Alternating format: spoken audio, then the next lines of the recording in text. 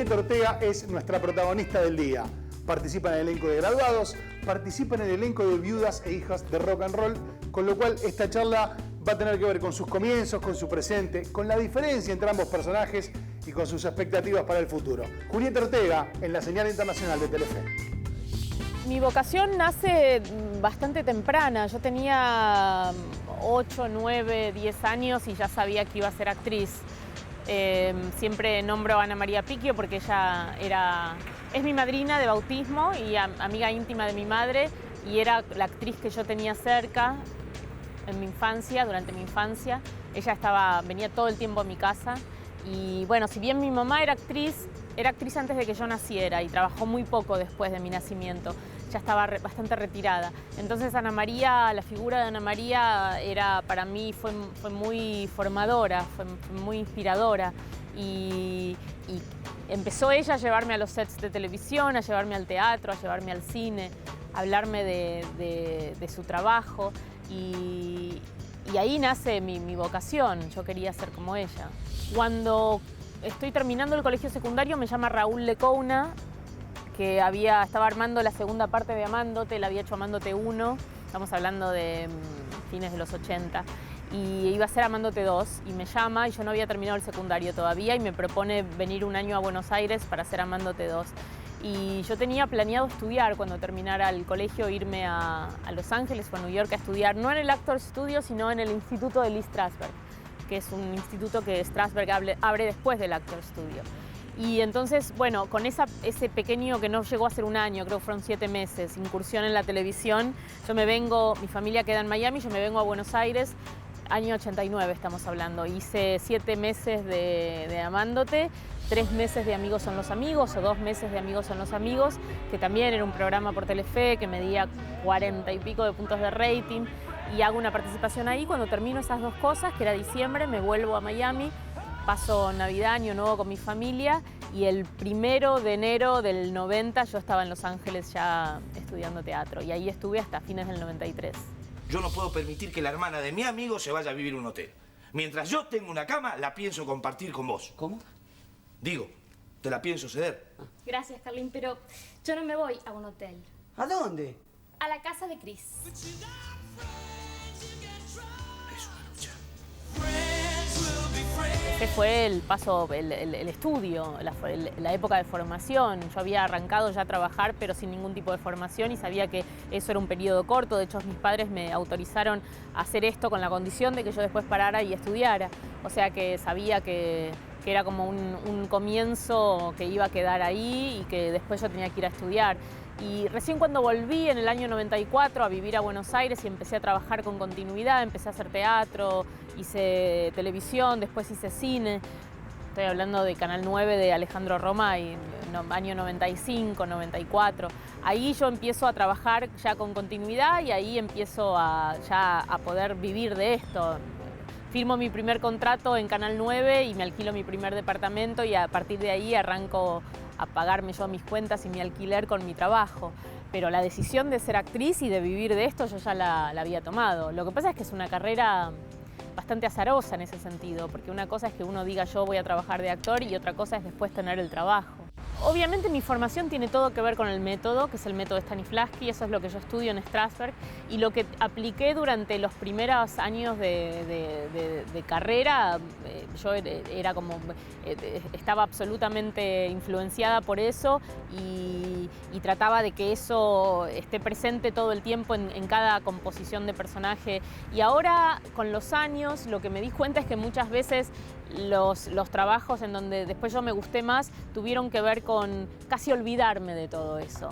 Obviamente eso está, y son las herramientas que yo tengo para trabajar, y sobre todo en cine o en teatro funcionan, a mí me funcionan.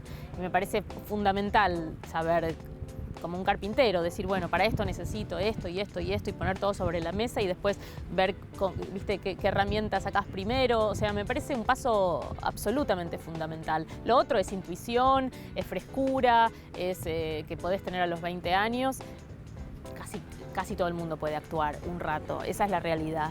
Con ser un poco natural y tener un poco de gracia, por lo menos para la televisión alcanza. Lo que me parece que después pasa es que eso se agota y que empezás a no tener más recursos y que te empiezan a llegar personajes que requieren de otra cosa y no tenés cómo pintar el cuadro.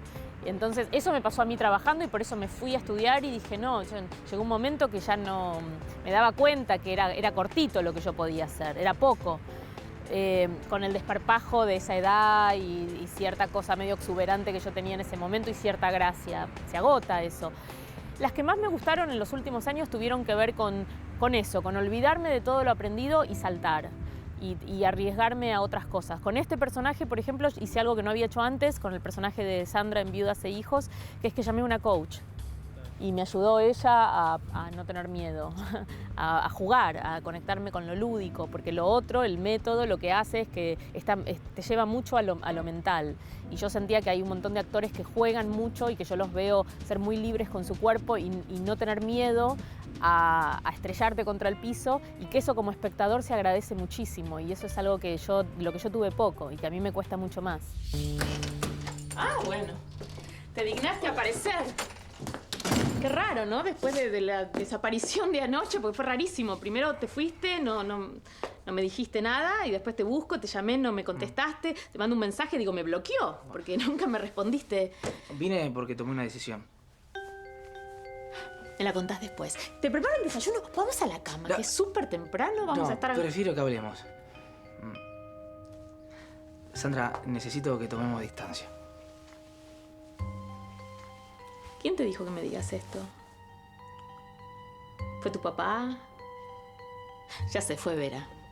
Lo interesante es que la Vero de Graduados está casi en las antípodas de la Sandra de Viudas e Hijos. La Sandra de Viudas e Hijos del Rock and Roll es la mala y es una mala con razón de ser mala en un punto, y eso es lo divertido, pero también a la hora de ser mala no tiene escrúpulos y puede decir cualquier cosa y puede maltratar a la gente sin ninguna culpa. Lo interesante que tienen la mayoría de las villanas en los programas de Underground es que la gente, con esta cosa de volver al pasado todo el tiempo y recordarle a la gente de dónde sale este personaje, la gente puede ver cuál es el proceso de ese personaje. Nadie es malo porque nació malo. Muchas veces las circunstancias de la vida hacen de uno una persona llena de odio o con necesidad de sentirse más que los demás o de humillar a los demás. Y eso es lindo, porque en este personaje vos pudiste ver ese desarrollo. Esta era una chica con muchas carencias afectivas, muy enamorada de la vida de la amiga, queriendo tener la vida de la amiga, al punto que se termina casando con su padre, al que va a buscar. No es que un día se enamoraron porque se encontraron de casualidad. Ahí está la perversión de la cosa. Yo, cuando la gente dice, uno no elige de quién se enamora, sí, obviamente no elige de quién se enamora, pero sí elige a quién va a buscar.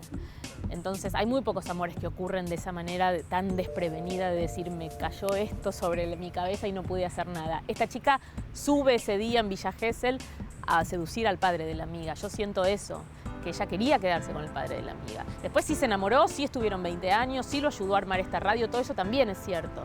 Pero hubo algo de querer la vida de la amiga que terminó logrando, y que eso hace que Miranda la odie, con razón, para mí.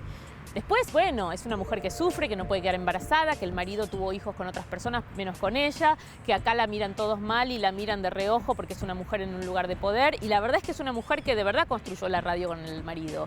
Tiene ese lugar ganado. Pero como todas las mujeres en lugar de poder, siempre sospechada de cómo llegó esta ahí y con quién, por cuántas camas pasó. Que no quita que esta mujer es muy trabajadora, yo siento, y es muy capaz y es muy resolutiva y tiene ganado mucho de lo que tiene.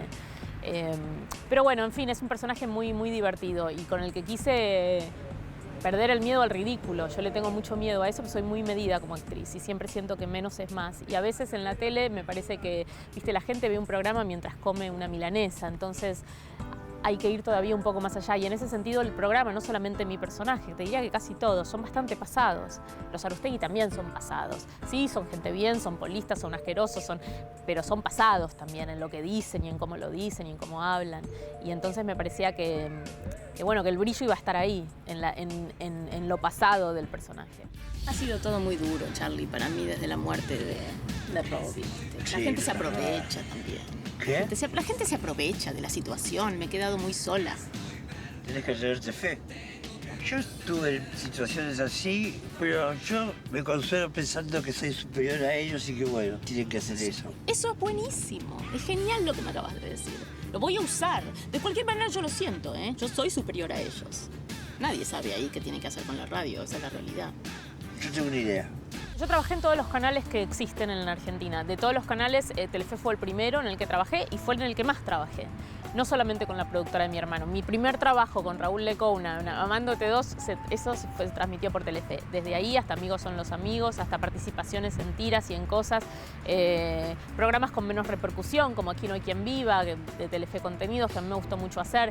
Lo bueno de Telefe es justamente eso. Yo Amándote 2 lo veían en Miami y Amigos son los amigos lo veían en Miami y hoy Viudas lo ven en Miami y yo estuve en Miami el año pasado y los argentinos me hablaban, me decían, Vero, en la mitad de Toys R Us, de una juguetería, y el marido llamaba a su esposa para decirle y me hablaban de que están fuera del país hace 20 años y de lo que significó este programa para ellos, con toda la nostalgia que tenía Graduados y demás, y de lo emocionante que era para ellos sentirse por una hora cada noche cerca de Buenos Aires y de lo que habían sido.